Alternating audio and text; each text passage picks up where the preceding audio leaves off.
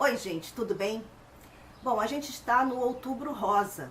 Como vocês estão vendo, eu não estou de rosa, não é a minha cor favorita, mas eu trouxe esse tema para o canal porque em outro vídeo eu já comentei, eu tive essa doença, eu tive câncer de mama em 2010 e foi graças aos exames que a gente faz todos os anos que foi detectado o problema. Mal eu cheguei aos 40 anos, que é aquela idade onde a gente tem que ter mais preocupação, né? E apareceu a doença. E claro, foi aquele choque, ninguém está esperando, né, receber um diagnóstico desse. Mas depois que passou a tormenta, foram 9 meses de tratamento, praticamente foi um renascimento. A gente repensa muita coisa na vida, principalmente de que a gente não é eterno. E se a gente não é eterno, para que a gente está aqui nessa dimensão, nesse planeta? Então, muitas das coisas que eu gostaria de fazer, às vezes eu não fazia porque sempre tinha uma desculpa, né? É falta de patrocínio, é falta de apoio, é falta de uma equipe. Sempre alguma coisa faltava. Mas o que faltava mesmo era a determinação, e daí parece que o câncer deu essa bateria extra que faltava em mim. Porque ele mostrou que eu não ia viver para sempre. E tinha algumas coisas que eu gostaria muito de fazer, e não dependia exatamente de um grande orçamento, e nem precisava ser uma coisa grandiosa. Então, aí eu tive a iniciativa, por exemplo, no final de 2012, de montar um coletivo de artistas junto com uma amiga, uma roqueira. E eu sou roqueira, assim, jurássica, de coração, porque quem foi adolescente dos anos 80, geralmente, né, com toda aquela efervescência das bandas nacionais e internacionais, era roqueiro, né?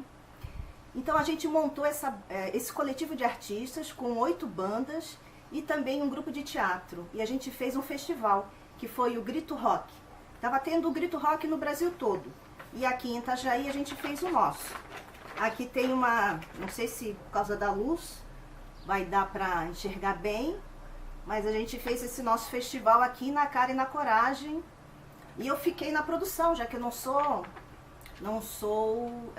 artista, né? Eu sou uma entusiasta da arte. Eu fui editora de variedades muitos anos, repórter, já fiz caderno cultural e me gusta todo tipo de arte. E o rock era uma coisa que estava muito dentro de mim, né?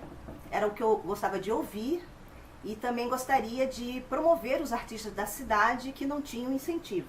Então aí a gente se reuniu e fez várias atividades, assim, por exemplo, não sei se vocês sabem o que é fanzine, né?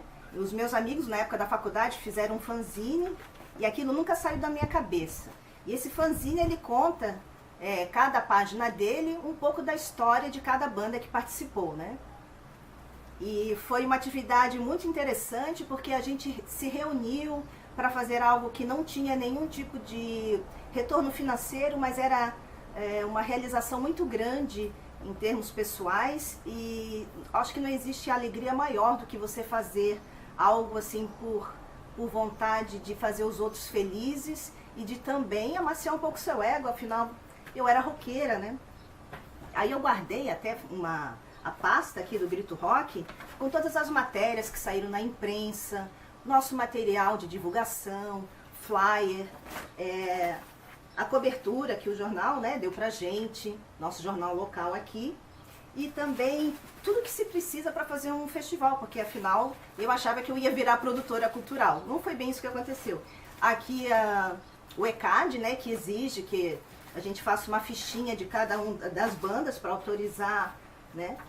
Aqui como é que eu fui atrás da ambulância, também que é obrigatória para ter num show, um evento musical. Aqui o que a gente fez são os crachás para poder circular lá no evento, que foi no centro de eventos, na parte menorzinha aqui do centro de eventos de Itajaí. Os termos de compromisso de patrocínio, que não foi lá essas coisas, mas, sabe, cada um dando um pouquinho, R$200 daqui, R$300 dali, R$500 de lá. Até o meu médico oncologista entrou na parada e a coisa se realizou, né? Aqui foi o alvará dos bombeiros e, por último, o alvará da polícia, né, da Polícia Civil. Quer dizer, eu que não tinha experiência nenhuma, aqui também a contratação dos seguranças, que era obrigatório. Eu que não tinha experiência nenhuma, fui fazendo conforme eu achava que devia fazer. E assim, tipo, a grana que a gente conseguiu reunir foi só para pagar o básico mesmo, pagar um valorzinho simbólico para cada banda, e uma coisa que nunca mais saiu da minha cabeça, como uma realização que me fez muito feliz e fez muitas outras pessoas felizes também. Hoje em dia eu ainda vejo gente com a camiseta do Grito Rock, porque sabe aquele tipo de roqueiro que guarda camiseta de festival, né? E eu fico muito feliz de ter proporcionado essa alegria. Não sei quantas pessoas, eu acho que deu umas 400 pessoas, o que para mim foi maravilhoso. E outro projeto, que primeiro eu vou mostrar aqui qual foi foi o livro de memórias do meu pai, que o festival rolou no começo de 2013, e o livro do meu pai em 2014. Então, meu pai, ele foi pescador a vida toda até eu nascer, porque eu sou de uma família grande, eu sou a 7ª filha, e daí quando eu nasci, ele saiu do mar para vir ser gerente de frota em terra, né, em 1970. E ele tinha muitas histórias para contar daquele tempo que ele foi embarcado, que ele começou, acho que era com 16 anos, até mais ou menos uns 35 anos. Não, até 30 anos, que foi quando eu nasci, né? E daí essas histórias ficaram reunidas não, elas eram publicadas na revista da Navegação e Pesca, que a editora do Diarinho aqui da cidade publicava todos os meses. E a coluna dele, como não podia deixar de ser, era Histórias de Pescador. Então aqui ele contava coisas que aconteciam no barco, como é que era a vida nos anos 50, quando ele era jovem, quando ele casou com a minha mãe. Depois eu vou escanear as fotos para vocês verem melhor, porque eu acho que aqui não vai dar para ver. Aqui era meu pai com a minha mãe, 2 dos meus irmãos. E aqui quando ele tinha essa cara de galã de Hollywood, né, dos anos 50. Então, e o meu pai ficou muito motivado, ele já estava aposentado, a escrever as memórias dele. Meu irmão Rômulo comprou para ele, eu vou mostrar para vocês aqui, um caderno.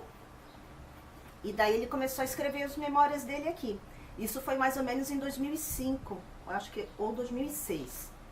E aí, ele acabou falecendo em 2009, em 2007 foi detectado um câncer cerebral, e daí ele não conseguiu mais escrever, a letra dele já não dava mais certo, ele tremia muito, parou de escrever.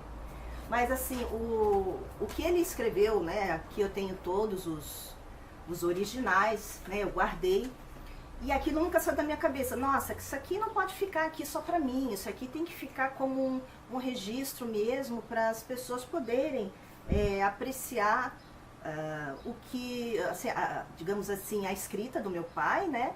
E ao mesmo tempo saberem também, é um documento histórico, de como é que era a vida naquela comunidade, naquele vilarejo de pescadores, lá na Penha. Antigamente ainda a Penha não era emancipada, né, onde tem o Parque do Beto Carreiro, e pertencia a Itajaí, só foi emancipado, acho que foi nos anos 60, e então era uma vila onde tinha só aquelas atividades, as atividades sociais eram fortes, né, o pessoal se encontrava bastante em torno da igreja histórica, com a festa de São João, com o mastro de São Sebastião, como é que eram os namoros naquela época, o Correio Elegante, o pãozinho de... tem vários nomes ali. E aí eu pensei, bom, isso daí não pode ficar perdido para todo sempre, né? E aí eu ousei, né, tentar fazer esse livro. Então é um livro de crônicas. Depois eu vou escanear para ficar melhorzinho aqui, né? Aqui são as imagens...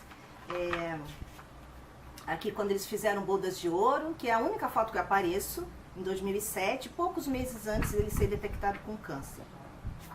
E esse livro aqui, então, foi mais um projeto, assim, que os apoiadores aqui, né, alguns parentes, meu irmão, meus sobrinhos, o meu médico de novo, Juliano, um beijo, também o meu, são os sobrinhos Fernando, Vanessa e Roberto, meu irmão Rosano, me deu muita força nessa época aqui, e também o meu tio, que tem um hotel lá na praia, o Hotel Itapocorói, e também o Intertexto aqui, que era para quem eu estava trabalhando na época. Porque quando você tem um projeto, e aqui o meu pai fazendo uma rede de pesca, eu achei que ficava bem legal para botar na contracapa. Foi a última rede de pesca que ele teceu, E isso tinha a ver com tecer as suas memórias e eu fiz aí uma poesia em cima disso. Então, assim, tem projetos que acho que não há dinheiro que pague, sabe? Também não ganhei nada com isso, mas eu acho que eu ganhei muito mais. Quando a gente fala que não ganhei nada, a gente sempre pensa em termos financeiros.